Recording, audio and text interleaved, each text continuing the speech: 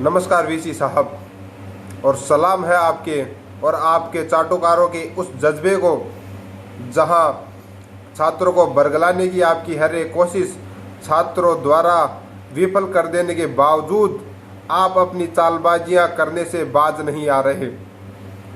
आपने अपनी मेल में बहुत बड़ी बड़ी बातें करी, digital campus, digital online classes की, लेकिन ज़मीनी स्तर पर जब उनके लिए संसाधन जुटाने की बात आती है तो आपकी जबान को लकवा मार जाता है।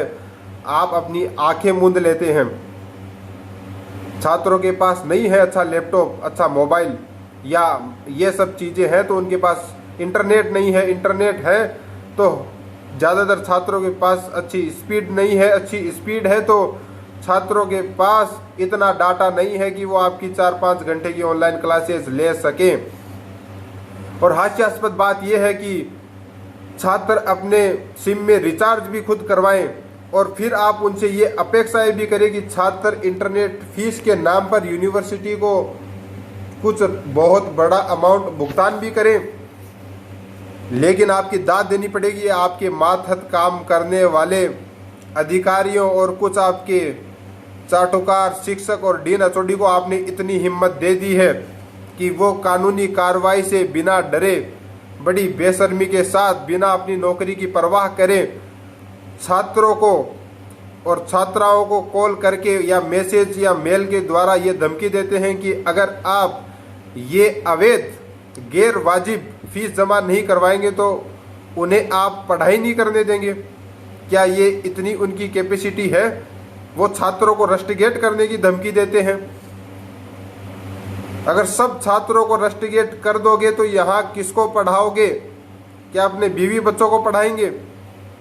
ये बात निश्चित तौर पे आपको बुरी लगी होगी बेशक, लेकिन आपको इस बात का बुरा नहीं लगेगा कि आपकी गलत नीतियों की वजह से कई गरीब छात्र, कई मध्यम वर्गीय, निम्न वर्गीय परिवार जो आपकी वजह से आपने जो अब तक हिसाब नहीं किया फीस का, उसकी वजह से वो इस त्रासदी में दोहरी मार झेल रहे हैं। लेकिन आपको उस बात से कोई फर्क नहीं पड़ेगा क्योंकि आप में वो भावनाएं नहीं है, आप में वो समझ नहीं है। क्योंकि यूनिवर्सिटी फंड से आपके घर का खर्चा, आपकी मेडिकल सुविधाएं, आपके परिवार की यात्राओं का खर्चा, आपकी गाड़ी का खर्चा और आपको 2 कुक यूनिवर्सिटी फंड से मिलते हैं। तो आपको, लेकिन जहाँ छात्रों की वाजिब मांग की बात आती है तो आप आंखें मूंद लेते हैं, आप उनकी सुनवाई नहीं करते। पिछले 20 दिनों से बहुत बड़ी संख्या में छात्रों द्वारा लोकतांत्रिक तरीके से फीस का हिसाब करने के लिए और जिन सुविधाओं का वो उपयोग कर रहे हैं उन्हीं की फीस लिंक जनरेट करने का आंदोलन, आपने उसमें से एक भी सवाल का जवाब नहीं दिया। आपसे जवाब देते बन नहीं रहा क्योंकि इसीलिए आपको ये इस तरह का ढोंग और दिखावा करना पड़ रहा है। ये सो कॉल्ड आपकी गुरु शिष्य परंपरा का, आपकी गुरु शिष्य परंपरा का दिखावा उसी दिन खोखला साबित हो गया था जब आपके और आपके प्रशासन के दबाव में हमारे 2 भाइयों को आत्महत्या करने के लिए मजबूर होना पड़ा। और बिना डाउट के वो आत्महत्याएं नहीं थी, वो आपके और आपके प्रशासनिक हत्याएं थी वो। और जो आपने उनके परिवार के साथ जो आपने सलूक किया वो किसी से छिपा नहीं है। और जो उनसे तय सुविधाएं हुई उनसे उनके परिवारजनों को आपने वंचित रखा। तो लाशों पर आप जैसे विद्वान रोटी सेक कर खाने वाले ये सो कॉल्ड गुरु शिष्य परंपरा का जिक्र ना ही करें तो अच्छा है। इसलिए ये ढोंग बंद करें। और आपने सारी हदें आज लांघ दी। आपने हमारे वो सरहद पर तैनात वीर जवान भाइयों, हमारे पिताओं का जिक्र किया तो ये किसी के समझ के बाहर की बात नहीं है कि इसके पीछे आपका उद्देश्य सिर्फ और सिर्फ छात्रों को उनकी देशभक्ति, उनके राष्ट्र प्रेम के नाम पर इमोशनली ब्लैकमेल कर अपना एजेंडा, उसके तहत अवैध फीस वसूली, आपका सिर्फ और सिर्फ यही उद्देश्य रहा।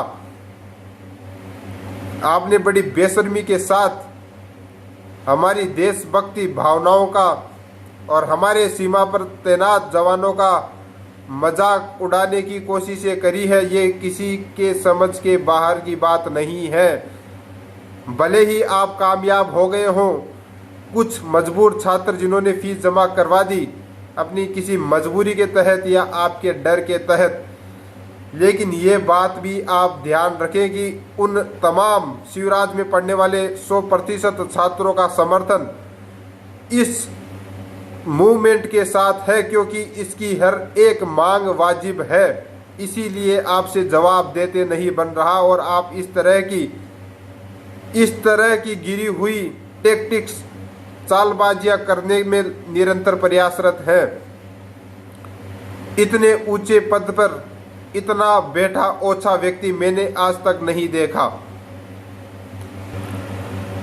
गुरु शिष्य परंपरा का आपने जिक्र जरूर किया, लेकिन इस बात का जरूर ध्यान रखिए कि हम वो एकलव्य नहीं है जो छात्र छात्र में फर्क करने वाले आप जैसे द्रोणाचार्य को अंगूठा काट कर दे देंगे, क्योंकि आपने छात्र छात्रों में भेद किया, जो फीस जमा करवा दिए और जो बहुत बड़ी संख्या में फीस नहीं जमा करवाने वाले छात्रों को आपने कहा कुछ रैंडम छात्र। इस तरीके से छात्रों में भेद करने वाले आप जैसे द्रोणाचार्य से हम फीस का हिसाब करवा के मानेंगे, और तब तक हम लड़ेंगे जब तक हम हमारी वाजिब मांगे एक एक मांग मनवा नहीं लेते, एक एक पाई का हिसाब आपसे करवा नहीं लेते। इसलिए वीसी साहब, हम तब तक लड़ेंगे जब तक आप हमारी हिम्मत का गला नहीं घोट देंगे, तब तक, और उसके बाद तक जब आप हमारी फीस और हमारी वाजिब मांगों का जवाब और समाधान नहीं कर देते। धन्यवाद और आपके स्वस्थ स्वास्थ्य कामनाओं सहित